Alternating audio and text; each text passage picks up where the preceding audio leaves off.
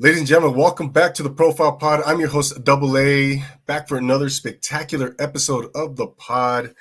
We have another great one in store for you. We have another amazing guest. This young lady is doing big things in entrepreneurship in the real world, man. So she's doing in the business world, I should say. Before we get into our episode and before we bring her on, just want to remind you to like, follow, share, subscribe on YouTube. I want to thank everybody for all the love, all the support, everything you guys have shown, man. I really appreciate it. So let's continue to build. Let's continue to create unity and community and build each other up. So just wanted to mention that. This is the podcast that brings on individuals doing extraordinary things in life to to inspire the human spirit. And like I mentioned, man, our guest tonight is doing just that and above and beyond. She hails out of St. Louis, Missouri originally, now in the Los Angeles area doing big things with her businesses. She's an activist. She's a professional speaker, among many other things. She's going to talk to us all about it. Ladies and gentlemen, without further ado, please welcome Major Slusher. Major, what's up?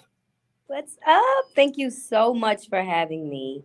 Thank you, thank you, thank you. I'm so blessed to be here and to No be a doubt part. about it. No, thank you. Of course, we finally got this in. We're here. Uh, Yes, finally. it came to fruition finally. Thank goodness.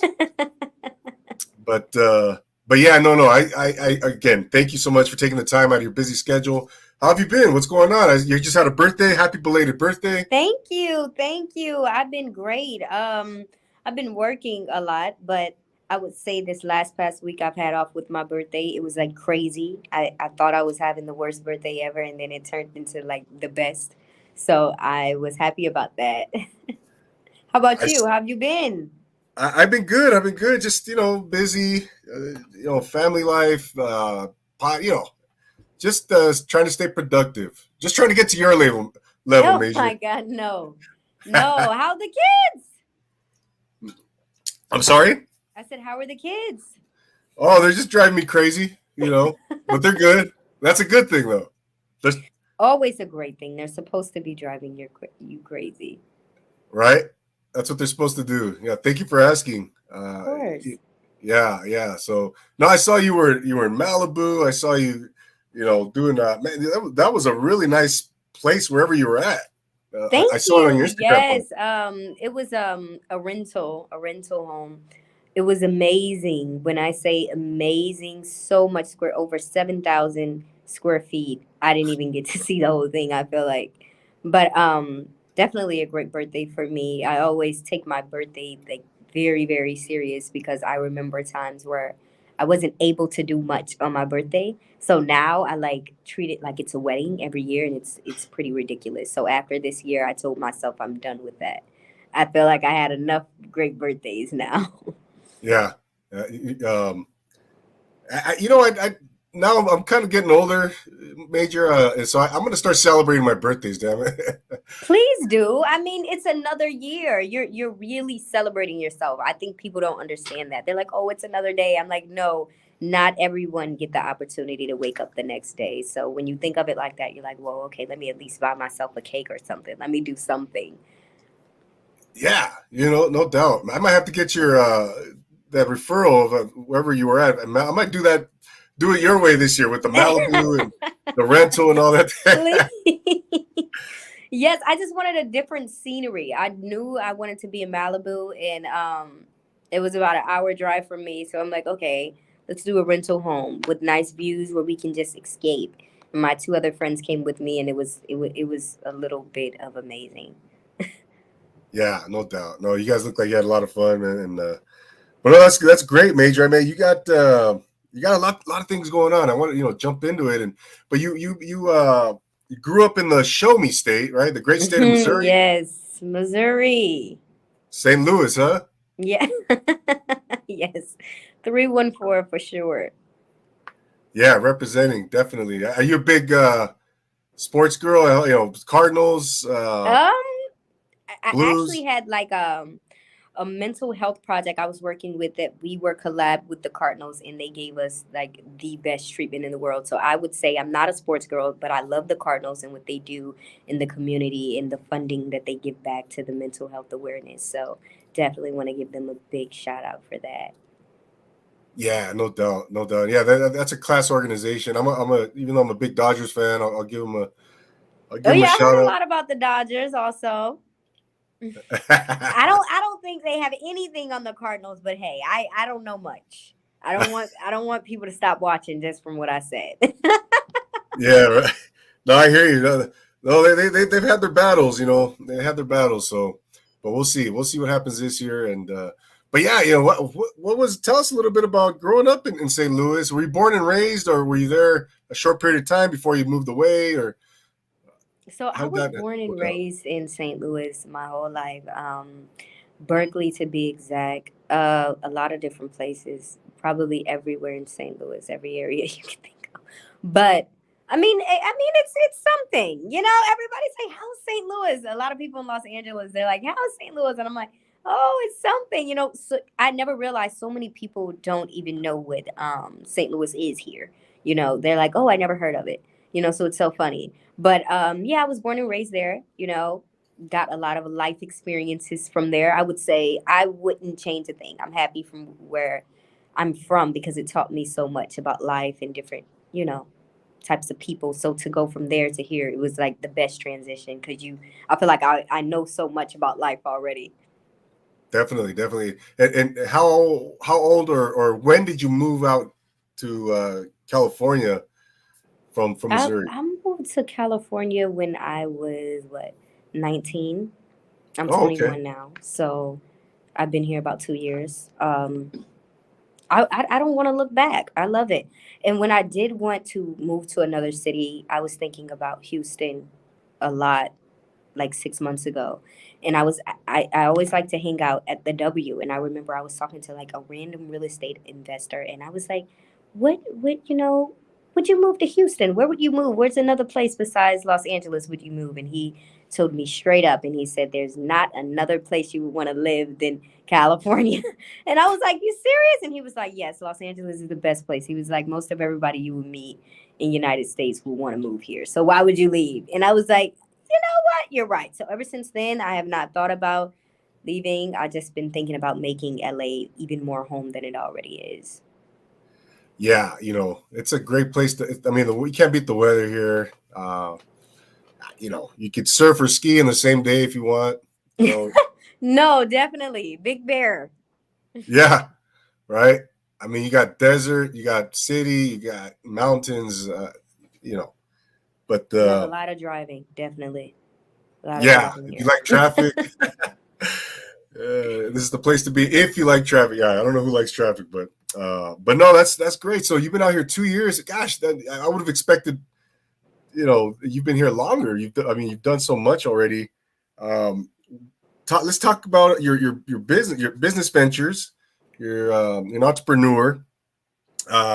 Design Me a Donut is also an organization Hmm. that you have. Talk a little bit about uh, Verimel and Major Beauty House, which are your two businesses, correct? Yes. So, And so- Major Beauty House, I would like to say, is the reason that I'm here. If it wasn't for me opening my salon back home in my city, I would have never got to a point to where I just wanted to just take the leap so soon. Now, I always dreamed of living in California, growing up, but I never would have thought I would have did it so soon. If it wasn't for me opening my salon at such an early age and feeling so established where I was, I wouldn't have just took the leap. I was like, hey, there has to be so much more for me. So I started off a clothing designer when I was 13. I founded my first business, Faramel, my clothing line, and I just went hard with it. I didn't have any money, but I had a dream, and it it took me places I can't even imagine. I was renting dance studios and hosting casting calls and things like that. Literally 13 years old, no help. Just I had ideas. I was making the flyers on my phone. I was going to Walgreens to print the tickets. And it's so funny because I was printing the tickets on like picture paper, not actual like ticket paper. It was like a picture. I didn't know any better. But I was going around selling it, and after years of doing it, building networks and connections in my city, and just continuously meeting women from doing these fashion events and raising money to do them. Um, it led me to having a huge clientele to start doing lashes, and it definitely changed my world. After 5 years of doing it, I opened up a salon, and I feel like I don't even know who that girl was before that, honestly. It changed my whole horizon and my whole mindset. Wow. 13? 13 years old. That's impressive. I mean, Thank you. yeah, no doubt, no doubt. You're welcome.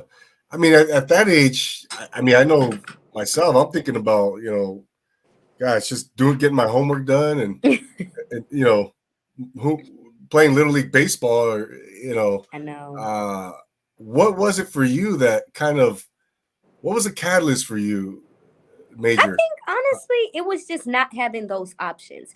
I was definitely a child who wanted to do things like that. I remember I wanted to be in dance class, and I had a bunch of friends that were doing that, and step and cheerleading. And I mean, I did cheerleading for a while, but nothing brought fire into me like having my own business, like running, having like control, I guess. I don't know.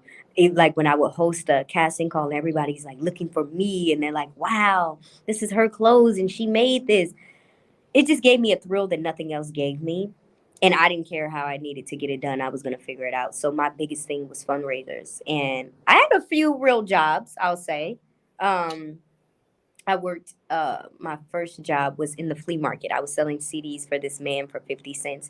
He was paying me $50 a day to do it. He was making like $2,000 a day off of selling CDs. I've never seen anything like it. And it trained me. Like all my little jobs trained me for what I wanted to do. So I would just say what it was for me was not having the option to really like be a child. I wanted to make money. That was my main thing. When you don't have anybody to go and ask, could you even get $10? You like, hey, what's my idea? And when you start making the money, you start liking it. I feel like it doesn't have an age limit on that feeling, you know? So even when you're young, you're like, wow, okay, I can make money by myself. What? And you just run with it and you forget Wow. about, other things. That's awesome. That's awesome. I mean, you always hear about entrepreneurs starting later on in life, right? Mm-hmm. It's I think that's more common, but occasionally you'll hear a story like yourself where Mm. you started early, 10, 11, 12, 13, like as yourself. That's were your parents supportive? Did you have what kind of support system did you have as far as family, friends, and stuff like that at that age? I would say, when I first started my business, the hardest thing for me starting a business early was probably not having that support. Not even having, even when I started doing brows, I would say about three of my friends let me practice on them endlessly, and they kept telling me, you're doing great. But other than that, nobody else in my family wanted me to do their lashes and brows, which I mean, I get it. I wasn't that good starting off, but sometimes you just want people to be that guinea pig. But I would say, it wasn't much of any. And that's what make my story significant. That's what make me actually go for what I do as much as I do, because I just want to be that light to another little girl that was like me, that had a dream and wanted people to listen. I remember, I would try to tell my mom my ideas, and she would say, I don't have money to listen to other people's ideas. And those words stuck with me for life. She said it one time, and I remember it like it was yesterday. And I was crushed, but it didn't stop me. And as a young child, that could really stop you. That can make you say, you know what, forget it. But I didn't care. I just remember how much I pictured a life for myself. I wanted luxury. I wanted things that I never was able to see. I was tired of going to school and seeing other people have things I couldn't have. So I would say not having support just didn't stop me. I would say I have it now. I have a lot of it, like a whole busload, even, rekindled relationships with my parents. But, starting off, it was none of that. Wow. Yeah, that's so you said you mentioned you learned a lot of lessons, working with the flea market, all those jobs, those what was some of the main lessons that you learned coming up, during that time, Major, working at the flea market, selling the CDs. Um, Talk about some of those lessons that you apply now to this day in your businesses, in your entrepreneurship? I would say number one is treat people right, you know? And I say that because when I worked in these places, I remember how low I felt. You know, even though I was doing it, everybody thought I was underqualified because how old I was. And it used to eat at me. And I would be like, but I know I can do this. Like, even though they would hire me, I feel like this looked at me like a little girl, you know? And when I finally blossomed to a point so young, you know, those same people would turn around and they want to collab and work again, in which I always would have love for giving me that opportunity. But I always think, you didn't see this for me. You didn't. You know, you didn't think I was qualified for this. And I can't blame you because nobody's obligated to see that vision, you know, but you and God. I'm very spiritual. So I feel like he believed in me and that's all that matters. But treat people right because you never know what they will become. You know, everybody, even younger girls that I mentor or like that are around me, or even if I feel like they're completely, you know, not qualified in the moment, they're qualified to me because you never know who this person truly is. I always say it's so many billionaires living in the projects. They don't even know their own potential yet. I feel like we're all born with that seed, and until you really dig deep into yourself and understand your purpose, you can sleep on that forever. Wow, definitely. No, you got, yeah. I mean, no one's gonna want to do business with, you know, an a-hole, right? You know. Yeah, yeah, definitely. I've learned so many lessons though. That was probably the most significant because so many people I hear when they start businesses or want to start something, they talk about the support and they talk about, you know, people not believing in them and all of this. And it's just a whole bunch of excuses in my eyes. So I feel like the number one thing, if you have people around you, just treat them right.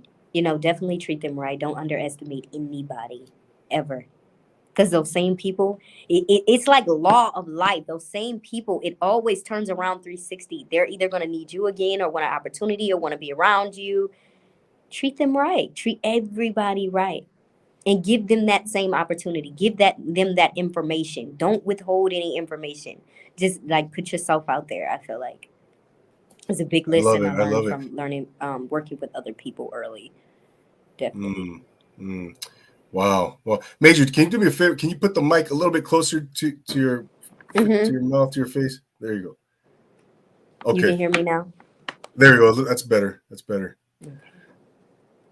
Uh, how much did how much did fear play into it at all? I mean, at such a young age for you, or I mean, you were gung ho. You're all be fear. Was it a non-factor for you as far as fear itself? Honestly, that's such a funny question because I was just in the car on my way here thinking like, you're never scared of anything. Why? But no, I honestly feel like that's one of my strong suits. I'm never like scared, even when I should be. I'm not scared. So when I was young, I seen so much happening around me. Like, what? Growing up in St. Louis is crazy. I can't even describe it. So it takes a lot of like it takes a lot out of you to where you're not really scared of much. But me, I was like different. I would just go to venues by myself. I would Uber around. I was so young, just like Ubering to meet random people that I looked up on the internet, random venues and things. I didn't care. My first fashion show was in Fenton, Missouri, and I lived in St. Louis. Anybody that is in Missouri, they're gonna say, "Wow, that's a bit of a stretch." It's about a what 45 minutes to an hour away. And I was so young, and I found it. I didn't really know the distance, but just thinking of it, I didn't care how far it was going to be. You know, it was the cheapest venue I could find. It looked nice. Hey, I'm going, and I'm carrying on. I don't care if I'm 13. So I just and it carried on with me now to the point me moving to California. I had never been here before, ever visited here before I moved here. I found my apartment online. I did a virtual tour, and I just shipped my car, and jumped on out here. Now, honestly, if I could have planned a little bit more process with it, that would have been a smarter idea. But I honestly am a true believer if everything happens the way it's supposed to happen, so I wouldn't change a thing. I Yeah. just have a lot of faith. I don't. That's why I'm not fearful. I would say. No, that's great. You know, I think that's you know, your story. You could take so many lessons from your story and so many nuggets. You know, from your Yeah. story as an entrepreneur. You know, those people out there that want to make that jump, that are aspiring entrepreneurs, or they're in it now, and maybe they're struggling. They're going through some challenging times. Um, what what would you say Major, is key to to start, to starting a business? What are some, what advice would you give to that person, who's looking to start a business and they don't know where to start, right? Because there's a lot of people they just don't know where to start. Mm. What are those first key steps that they got to take? You know, I would say organization and structure. I would say patience. I was very, very impatient when I first started my business. It was bad, actually. It was really, really, really bad. I I just used to take leaps. I used to waste money. I used to I had no I had no idea how to run a business. I was completely like terrible. But that's because I've never seen anybody do it. I was probably like the first entrepreneur in my family. I have no idea. If I wasn't, then they're somewhere far deep in the family. But I had no idea. I didn't know what to do. So I was just taking a leap, and a lot of things that steps I made was things I seen off of social media or things I heard other people doing that probably wasn't even a good idea. Not businesses that I should be looking up to. I feel like understanding your target audience is a big, big idea in running a business also because it changes the whole dynamic of what you're doing.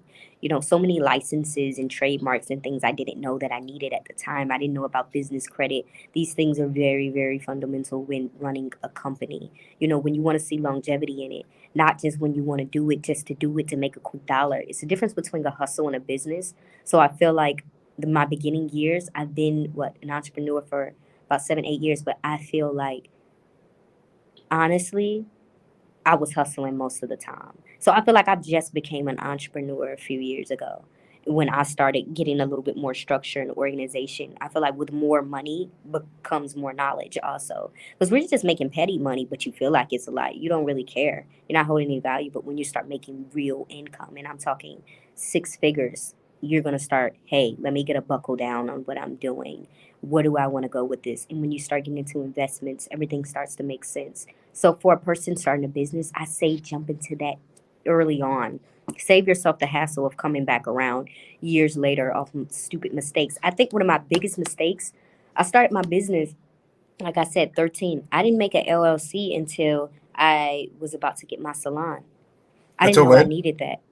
A LLC, something so simple, something that is probably $50 or something that is probably free in some states. I didn't have because I lacked the knowledge of how important that was for a business. You can't even make a business account without it. Like it's just small stuff like that people overlook just because they want to make a dollar. It's so many people that feel like they're CEOs, but really you're just getting your feet wet, and that's okay. But understand these things early. And yeah, Alice. And you said, how long did it take you to start up your LLC? I would say I got it the week before I opened my salon. That's a very With long time far away from me have been an entrepreneur. And I remember people were telling me for years, "Do you got an LLC?" I'm like, "Oh, I don't need one of those." And it's so funny because when I see people start businesses now, I see a lot of girls when they start a business, the first thing they post is their LLC, and they're like, "Oh, it's I'm so happy." And then 6 months later, you don't really see them doing anything much. And I always say like, "Wow, when you lack certain steps, that's because you're so focused on just getting it going the process. But some people who are like to the T, do everything by the book, they're not even as serious. I see it all the time, even with doing lash classes, like state to state. I used to always travel and do different lash classes in different states. I would see some girls, they would go and order like every lash supply I tell them in the class. They have a whole stocked up shelf. They have the bed. They have different fans. They have all these different options. But then it's the girl that barely has any supplies that just have what I included in the kit that goes the hardest with it, that wants it the most. I feel like people that lack the resources really take it in a bit more. So that's just what I've noticed from seeing people start businesses. Wow, no doubt, no doubt. And what was what's talk about one of your biggest challenges, one of your biggest hurdles, Major, thus far, or throughout your career, throughout your experience with your businesses. Um, Talk about one of them, and how did you overcome that hurdle, that challenge? I would say my salon. Oh my gosh, I wanted to die when I got to a point. This is something I haven't even had a chance to talk about with my audience, so it's really nice. But it was about last year. Me living in California and trying to run a salon, completely insane idea, not gonna lie. Now, when I first began to do it, people warned me. They were like, "How are you gonna do that? Why would you leave your business so fast?" I think my salon was only open about what 4 or 5 months before I moved to California, which I highly don't recommend anybody to do that. Now, thank Jesus, He have took me to a point to where I've survived it. But I was going through a mental breakdown because I was not prepared. That was not a smart idea as an entrepreneur at all. But since my life path is different and maybe that was meant for me, it worked for me, but I would not recommend that at all, because a lot of people aren't strong enough to overcome the things that it hit me with, from a financial standpoint, also not knowing how expensive California was and managing everything. It was a lot. I had to literally make more money. That's what it took. I had to make more money. That's all it took. But honestly, just to say that, and to do it is just a completely different thing. So it took me a while to like get in the loop of making money in LA. It took me a while to do that. So at first I was like, whew, it was hard paying multiple rents and just managing people and trying to build my speaking career while also managing a full team of what it was like 10 girls when I first moved away, and I had to keep replacing people. It was difficult, but what I concluded was I couldn't do it. I couldn't. I just could not do it. Like I tried everything. I tried managers. It was like that's not the role I wanted to play. I feel like in business you have to establish what role you want to play or you're just not going to be good at it. Um unless you really push yourself to do it, and I just didn't have the time. So what I did was I ended up subleasing my salon to a hairstylist so that she can run it and do her own thing and things like that. And it was honestly, at first I was depressed about it because I felt like the whole vision I had for my salon was doomed. Everything I talked about on the news, everything in the newspaper when I first opened my salon, this is not what I said, but it was. It was exactly what I said. It just happened in a different way that I didn't see coming, because me putting her in there, that was me passing down the torch to another girl that started just like me, that has a dream but has the time and that is there. So, I still am able to oversee it and things like that, but it's better the way it is. It's better the way it is. I love it the way it is now. I feel like I could wake up and just think about what I'm going to do. I don't have to wake up and think about what 10 other girls are doing. I don't have to hear the gossip. It's a lot working with women, of just different emotions. It's crazy, especially being so young and everybody that was mostly there was older. So they just felt like, why we got to listen to her? Like it was just a lot. Just the smallest thing you could say can get misconstrued when a person feel like you're somewhere they want to be, but not understanding you're preparing them for it. You can be here. Literally, we can people don't understand it's all possible. So it's just so much that went into it, and I feel free. I feel good. But when it was first happening, I went through a bad depression. I had to get a therapist. It was really bad. I felt like my dreams was over, but now I feel like I'm just getting started Yeah. again, a new version of me. Uh-huh. Uh-huh.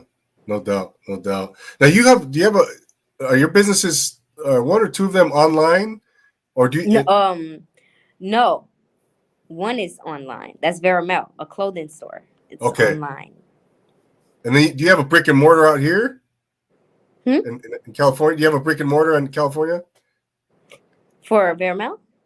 or for your one of your businesses, or any of your businesses? No.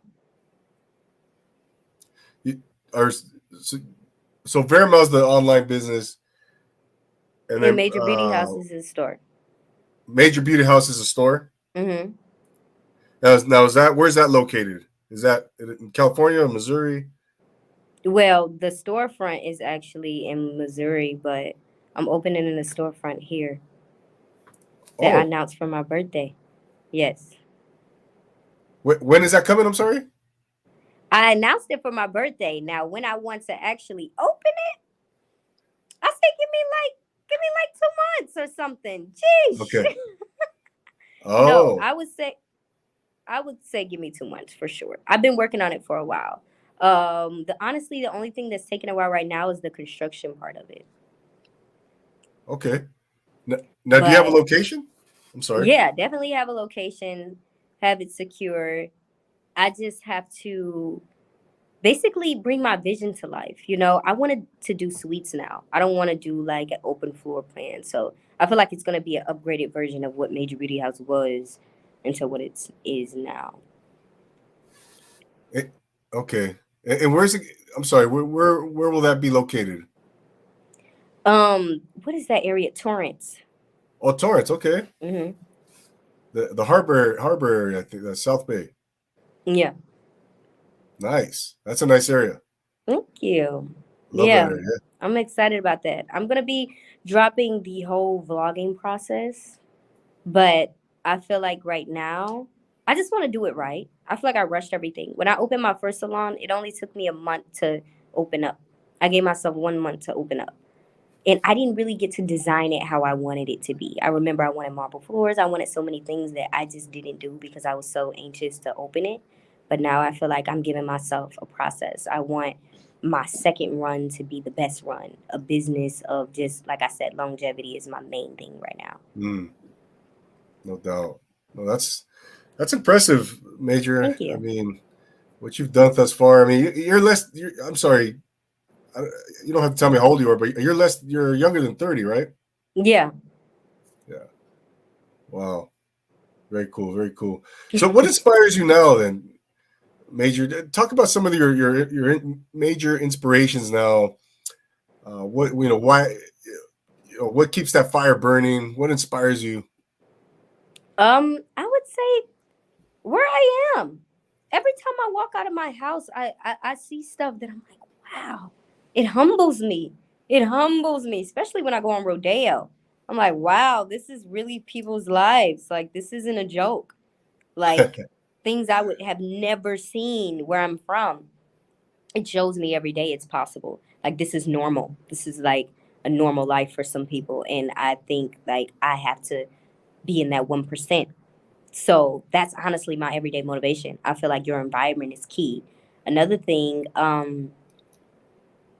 what I do to keep myself motivated, because sometimes I do get lazy. Not like lazy, lazy, but like extra Complacent? comfortable where I am. Oh, yeah. Yeah. And I go in my old phone. I keep an old little phone because I used to have a little iPhone 6 that was so broke. Anybody that knows me know this is a true story. It's so funny. To make it work, I would have to squeeze it together to type and text people, and I would just walk around with it all the time. And everybody's like, "When you gonna get a new phone? When you gonna?" I'm like, "Oh, I don't need a new phone. I don't need." But anyway, I keep it, and I go look at my old memories, my old text message, everything, my old everything. When I get sad or just get to a point where I'm like, "What am I doing?" And it reminds me of who I was, and I like completely shocked. It doesn't feel like me. It doesn't feel like I typed this, I wrote this, I did this, I took these pictures, I was with these people, I was doing this. Like it's a shock, and it keeps me motivated to keep going because I want to look at myself now and feel the same way again. Like, who was that girl? I love that because it shows me I'm growing. And growth is important, especially when you're growing at a pace. I like to say when you can look at yourself even 2 months ago and say, "Wow, I don't think like that anymore." I feel like that's the most amazing thing in the world, and that's my motivation. That's my inspiration. I'm out here by myself, so I feel like it's not much I can say like, "Oh, a child or something." I don't have that. So I feel like my motivation is just what it's self motivated. I have to find things to keep myself pushing because it's easy to get comfortable when you feel like a lot of people get here and feel like this is it. You made it, girl. No, I'm not even close. I'm not even close. This is just, I want to look back at this interview 6 months from now. Not even a year. I'll give myself 6 months from now and say, wow, life is getting good. Yeah. Yeah. No, I got you. Yeah. I love it. I love it. Now you're out here by yourself. You got all your family still back home in Missouri? Yeah. But actually, I do have my dad here. Um, we didn't talk too much before I moved out here, but now we talk more often. We've built a good relationship now. He's definitely helped me a lot being out here. I helped him. I got him a little spot that he loves to death.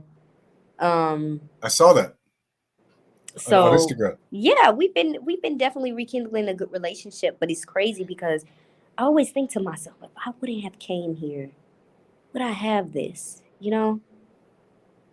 And I just feel like it doesn't matter because you just got to go with the motions of life and just be grateful for what comes. So Yeah, I'm just happy for experiences, I would say. definitely. Major, what does that feel like to get your parent, one of your parents or your dad, his own place? What is that?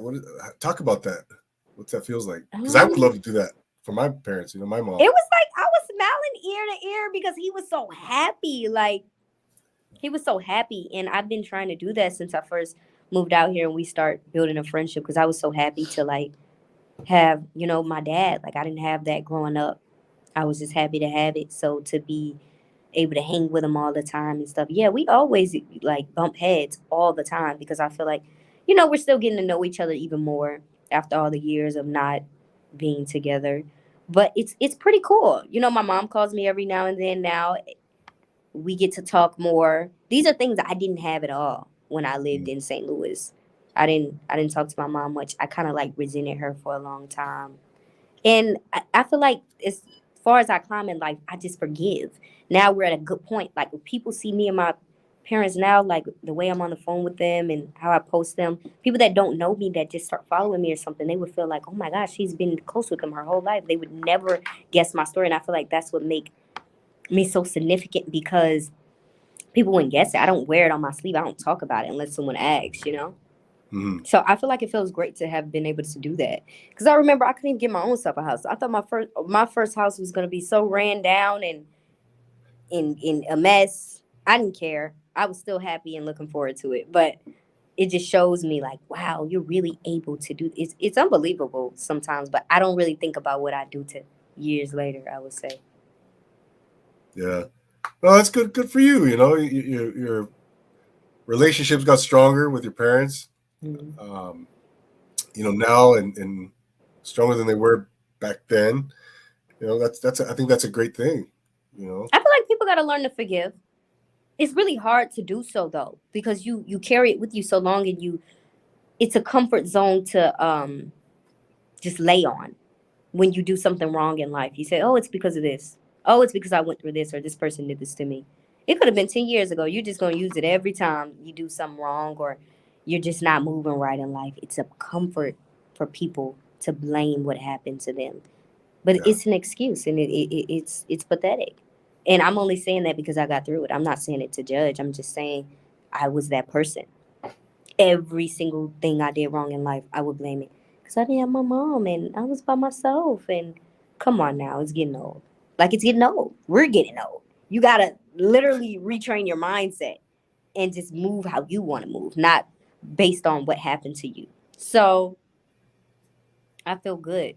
I do because I'm no longer doing that, and that's what I always did. It took a lot of news flash for me though, to just forgive. I feel like so many people hold on to just their childhood traumas. They can be 60 years old, they're still holding on to something that grandma did to them who didn't show up to the graduation. Let it go. It's over. Recreate those memories with something better. Definitely. No, I love that. I love that. Now you're also a speaker. You get paid to speak, Mm. correct? Uh, Talk about how you got into that.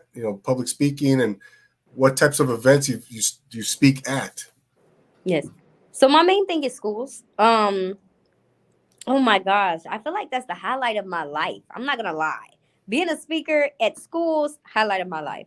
To see so many girls that remind me of myself in a seat I was sitting in not even so long ago was like, wow, I hated school. I thought it was a distraction from my career. I remember I had a little yellow notebook. For years, I would just every day write in my notebook, write in my notebook. Well, I had a few notebooks, but the one I remember the most is the yellow one.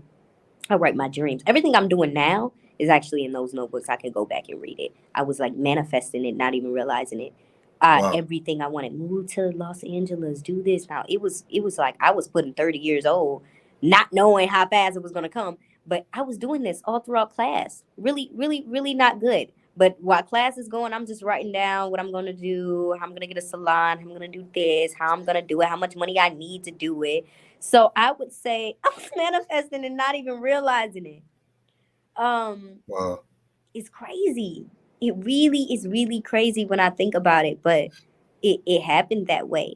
And school speaking in schools bring the life into me. It brings the life into me to see those kids like scream my name. They don't even know me, but they just feel so motivated. They feel like they can do it. And most of the schools I speak in are low income areas in St. Louis, and it saddens me sometimes because to see how much the parents don't care. It shows Mm. me my story is Yeah. significant, but it's so many more people going through this situation, and that's exactly why I moved to Los Angeles. I didn't move here to just have an expensive lifestyle. I moved here because I felt like I can really take what I'm doing to the next level. I feel like if you make it in Los Angeles, you can make it anywhere. It's the hardest place, especially when you have a dream because there's so many people walking around you dreaming. Why not them? Why you? So you got to wake up every day and show why you, why it should be you. So, speaking in schools is a great thing for me. I got into that because I connected with my mentor back in St. Louis. I would say a few years back. He helped me a lot. He was a motivational speaker. He's like mid 40s or early 40s or something like around that, I would Uh-huh. say. He's been speaking a lot. He had a significant story as well, and he took me under his wing. Like I was like his little protege. We did all our speeches together, New York, different cities. All most of the schools in the St. Louis area we have done also, and then I branched off and started doing it myself. Getting in schools myself and kind of doing my own management. But I still work with him. Um, I just kind of wanted to go my own way and kind of figure it out, but definitely still connected. Got into a lot of amazing big projects with speaking Mhm. because of him. So such a great, and I got it all on my page. Always tagging him, always showing that love to people who have helped me throughout the way. That's awesome. That's awesome. So you're basically talking about inspiring these youngsters in the schools. Is that where you're kind of the motivational speaker going into Mhm. the schools, talk Yeah, so with talking about these Lasagna Donut, topics? it's actually like a workshop. So I go with the younger crowd. What I do with like kids that are in first, second grade, I do like a workshop and I give them plain glazed donuts and they get toppings and things like that. Now they get to explore different career activities also, but the main thing is they decorate those plain glazed donuts and it's like a subliminal message for the toppings. It's the resources I'm installing them to become the best version of themselves. It's kind of like the overview of how I started my organization. I started doing that in a lot of like pre-K schools and things like that. But moving up to high school, middle school level is where I got into the nitty gritty of like, hey, let's start talking about now what we're gonna do. Let's start starting a business. And not everyone's made to be an entrepreneur. I would say probably about 90% of those people I talk to will probably never even walk the path, which is sadly statistics and data. But Yeah, if I can be a voice to kind of up the percentage over the years, that's what I want to do. Definitely. And show that's people the powerful. odds aren't really against them. Uh-huh. Yeah, that's powerful. That's powerful. That's beautiful. Have Thank you you. done that out here, or as far as Yes, I have. Now, I haven't done any schools out here. I've done more adult speaking events. Most of the events I've done out here is adult speaking events. I would say one of my best one I did was in Beverly Hills at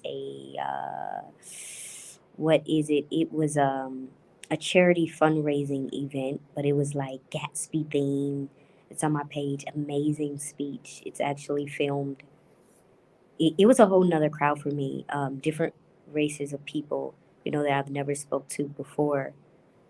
Different caliber of people. Just I would say a more established crowd of people who are probably already entrepreneurs and already have great things going for themselves that I was speaking to. That's not usually my crowd. So I was really nervous. I would say I was really, really nervous, but they loved it. They were like, wow. Um, how did you get here? Like, like, wow, like this is crazy. And I got a yeah, lot of love and a lot of support. Whole nother audience for me and great. And it showed me I can really do it. I was really scared about it. I was like, wow, they're gonna like it. Are they gonna be able to relate to what I'm saying? This doesn't sound like something they've ever heard before, but they loved it and they wanted to hear more and give me more plugins to other events and it helped. wow. No, that's great. That's great. Thank you. Being a mentor and a source of inspiration and motivating the youth, man. That's just a special thing. Thank you. Um, You're also an activist, right? And that's what Design Me a Donut is all about, correct? Yes, yes, T- I done what did I do out here? I did a street speech and a food giveaway for the homeless on Skid Row. I was part of my activist movement, and I had these big speakers that I rented that you could hear my voice like blocks up the road. I remember how hard it was to get that. I was like losing my mind, but I knew how I wanted. Once I have a vision for something, it has to go like how I envision it.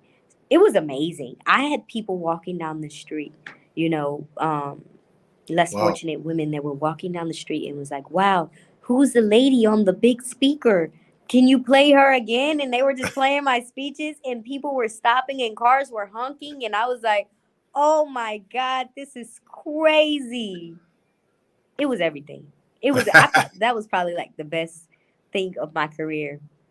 It made me Wow. just go hard for it. Like I love the community on Skid Row. You know, I've connected with. I've actually did an interview on the guy. He actually made a church out of tents and spare items on the sidewalk. His name is Pastor Blue.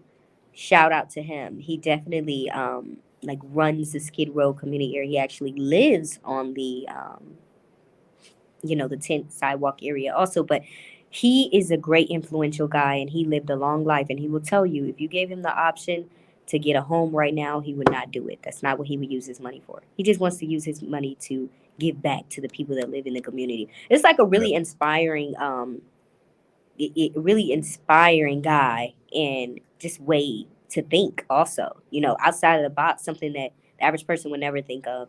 You just sit and you're like, wow, for a person to love life, love other people's lives more than themselves. But it's not that he's unhappy. He's happy with himself. He just has a whole nother way of thinking about life, and it's amazing. And it's brought up on love. And we did. I dropped a speech called "Bring Love Back," and I did an interview on him to kind of promote it and campaign it, and it was great. So to sit and listen to, you know, what he has to say was amazing. Wow, Major. So you also give back and you do philanthropy and so you got your hands in a lot of stuff, and that's a beautiful thing. That's I I mean, you're like the try. I whole try. what's that? I said I try. I try anything to really push the movement. Join the Girl Boss movement is my movement, but I feel like I'm transitioning it every month. But Join the Girl Boss movement is like what I started with for women and girls that remind me of me, but I feel like now it's transitioned into like a global thing. I had a guy reach out to me today via DM and was like, "Hey, how can I join the Girl Boss movement, your mentorship program? But I'm a guy." And I'm like, "Wow, you wanna join? You don't care it's called Join the Girl Boss movement?" So I'm like, "Wow, okay, I need to transition this thing. It's getting a little bit bigger than I thought." And I Yeah. love that. Right now I have about 30 mentees. My goal is like millions of girls, but I want a big organization, foundation like Girls Inc. and things like that. But we're starting. We're starting off. Wow, that's great. That's great. And speaking of goals, Major, what tell us a little bit about what are your goals here? Maybe 6 months, and then the big picture. Long term goals as well. Yeah. I would say, well, 6 months from now, that's hard for me. But 6 months from now, I definitely want to have a different home, a different car. Those are like stuff that don't matter. But I love what I have, but I always like constantly like get tired of looking at it and want to upgrade and want to do something different. But as far as my business, six Yeah. months from now, where do I see myself? I want to be signed in LA to a talent agency to where I'm consistently getting speeches at different schools and at different events without me having to do the legwork myself. That's part of the biggest reason why I moved here. I haven't found one yet. It's a bit harder here, really hard. But I know what'll happen for me, and I have faith of that. I definitely want to do a few more give back projects in 6 months also. Another street speech, definitely. I've been talking about that. And I want to drop another virtual ebook. That's six Oh, months for me. 6 months is like, it's like blah, because I'm always doing stuff, so I don't really know. But I would say years from now, that's more of my thing. I like long term goals. Because Yeah. short-term goals, I'm always knocking that out every day. I can't even have a day where it doesn't involve some type of aspect of work because I've been working so many years. It's like a built-up system now. But as far as long-term goals, I feel like you have to keep the energy and the stigma to keep those going, or you can find yourself staying stagnant and not even realizing it because you're just comfortable. But long-term goals, I would say, let me say, not even 5 years. I'm gonna say 3 years from now. I want to have at least 500 girls underneath Join the Girl Boss movement. Ooh, And I want to have planned my first successful march in Washington, D.C. I want to do a march so bad, a women's march for just women rights and things like that. yeah. Um, as far as I feel like there should be more resources in the schools starting off to show women how to be entrepreneurs. That's Mm, like my big thing. Um, that's what I really want to do. I talk about yeah. that all the time. I Yeah. want to have collabed with some type of major corporation. Definitely. That gives me 5 years from now. The rest, whatever God want from me, I want for me. Mm, yeah. Yeah. That's And well, and ain't I'm no not stuff. even a goal person anymore because I feel like goals, when people don't reach goals, they get depressed and they want to stop because they feel like they failed themselves. But when you don't think about it and you're just grateful for where you are and you just continue on and you give yourself like landmarks, I feel like it's a little bit better. Like, hey, I landed here. I'm good. I'm great. I'm happy this happened. Instead of I better do this date. We all do that. I have to have this by the time I'm this age. It's always like an age thing. Yeah. It Right. dooms you, sets you up for failure. Mm. No, I love it. I love it. Well, ain't no stopping you, Major.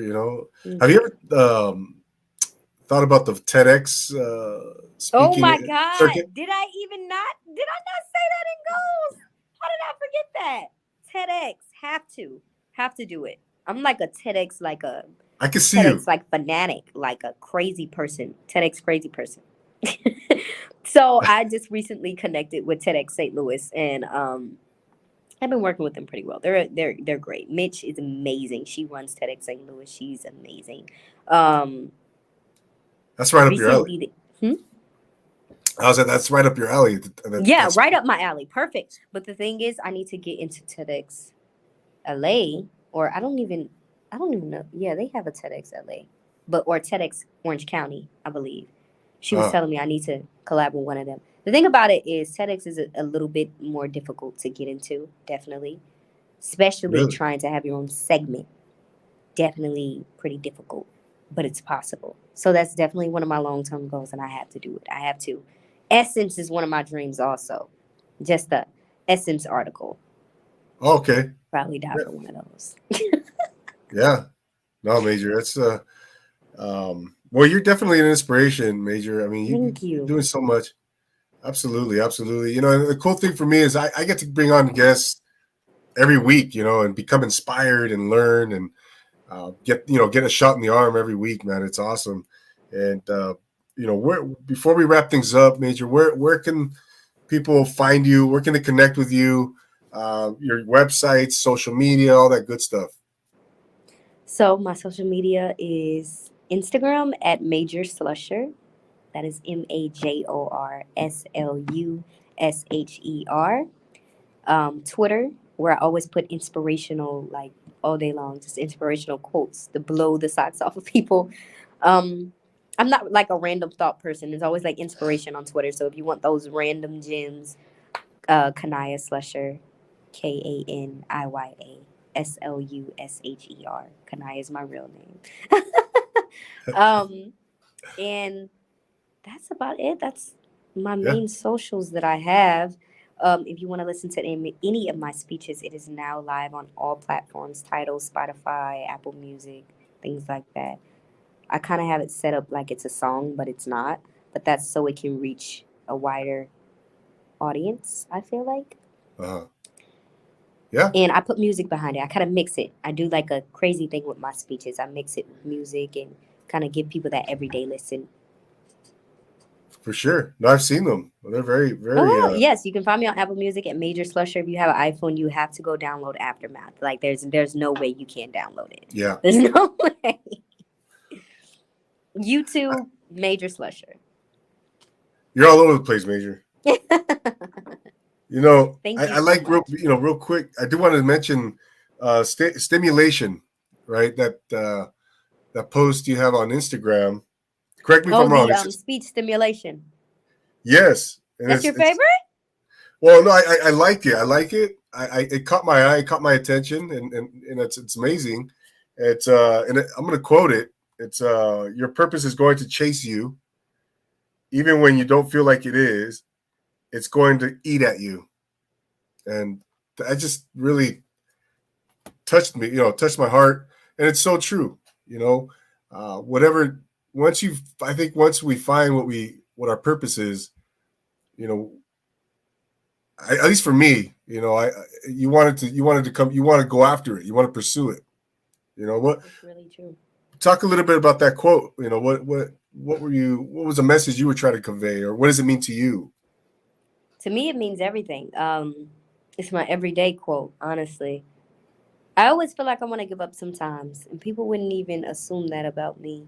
It gets really hard and difficult, especially when you're doing it by yourself, which a lot of people are. So that should be very relatable.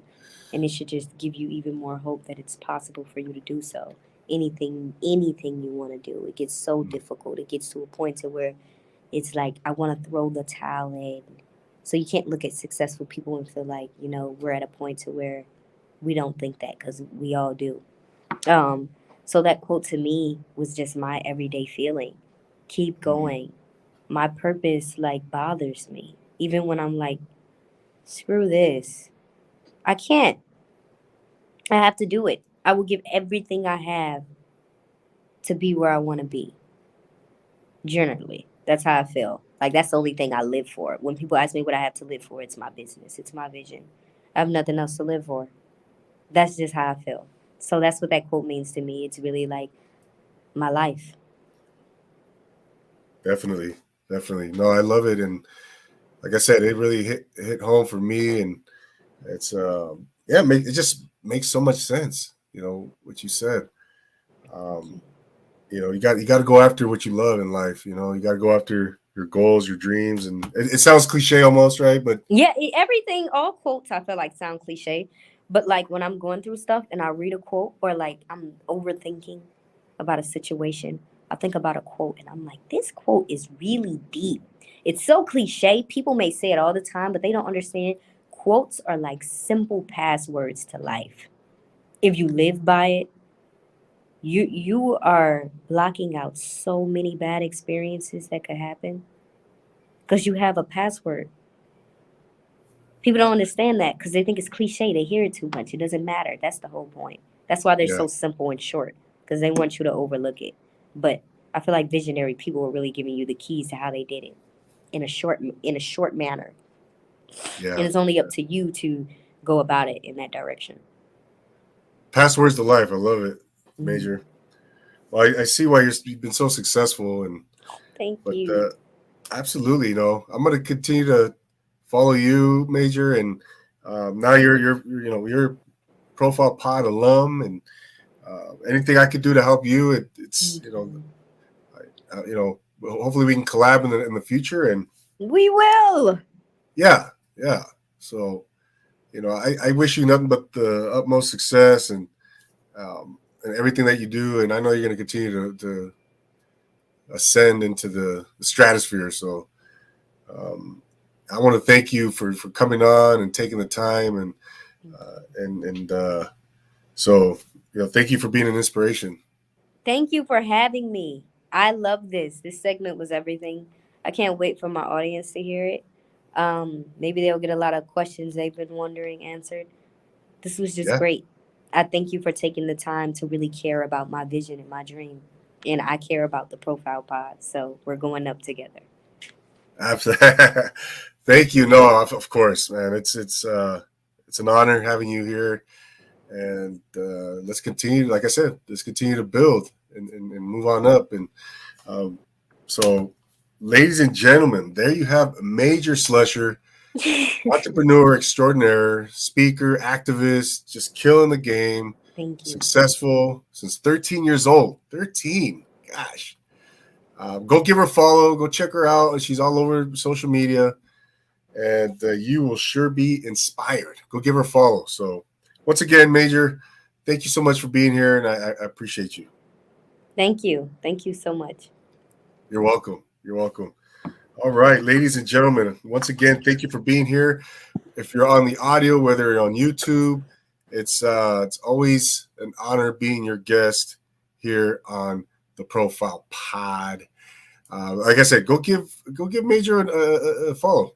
She's doing big things, man. Big things, unbelievable. It's 13 years old, entrepreneur, and it's just amazing story. So she's out here in California, SoCal, Los Angeles area, killing the game. And if you look at her Instagram, you'll see what she's doing. So it's no secret.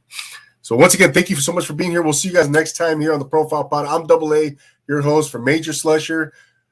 Go give a like, follow, subscribe, share, repost.